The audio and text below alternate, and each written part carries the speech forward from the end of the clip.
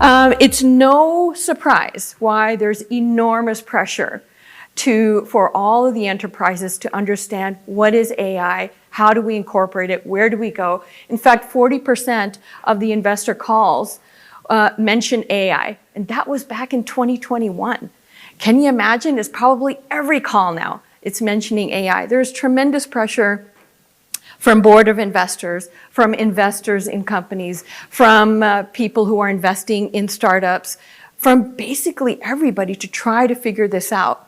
Now, Accenture interviewed thousands of executives who had already incorporated artificial intelligence into their roadmaps, their products, every fabric of their company. And they found that the other key milestone that we're all familiar with, which is digital transformation, AI was actually implemented and adopted in 26% less time. That's huge. That means even though we're learning about AI, it is actually going to be in our world, on our desktop, in our Zoom calls, everywhere, faster than we know it. And we all kind of are still living through that digital transformation. There's a lot of legacy companies that are still going through all of this. There's still roadmaps on it. But what's happening is with AI coming into the forefront, it's going to actually probably trump anything that we're doing in digital transformation. Only because digital transformation deals a lot with data and processes, and AI actually uses all of that and automates a lot of it for us. Now, a lot of these companies that Accenture interviewed, these thousands of companies and executives, are categorized in 4 different categories, and it's basically around adoption. So if you're an achiever, you have basically incorporated AI, machine learning, or any technology like that into your processes, into your product. It's in your in all of your project management. It's basically a part of your company. The next category is a builder. It's somebody who is on the way. It's almost like digital transformation. They have a roadmap built out. They're maybe in phase 1, and they're really working towards that. And then after that, it's the innovators, the ones that have found this spark, something that really begins to move the business. And they've started to now figure out, okay, how do we change the company and pivot to capture more of this technology? And the very last one is experimenters. And you'll hear about some of that in some of the slides that I have.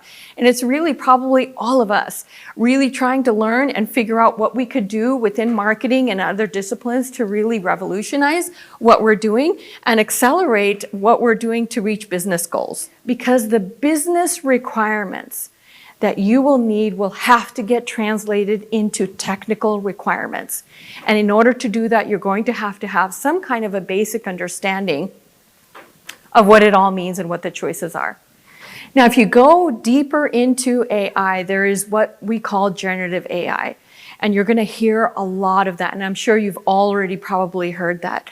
So generative AI is where I think revenue marketing is going to really capture and be able to scale. Scale personalization, scale engagement, scale all of the things that we really search for in marketing. Because once we're able to capture the intention of a customer, we can then bring them down our funnel. We can either nurture them or do whatever. But engagement is going to be that key.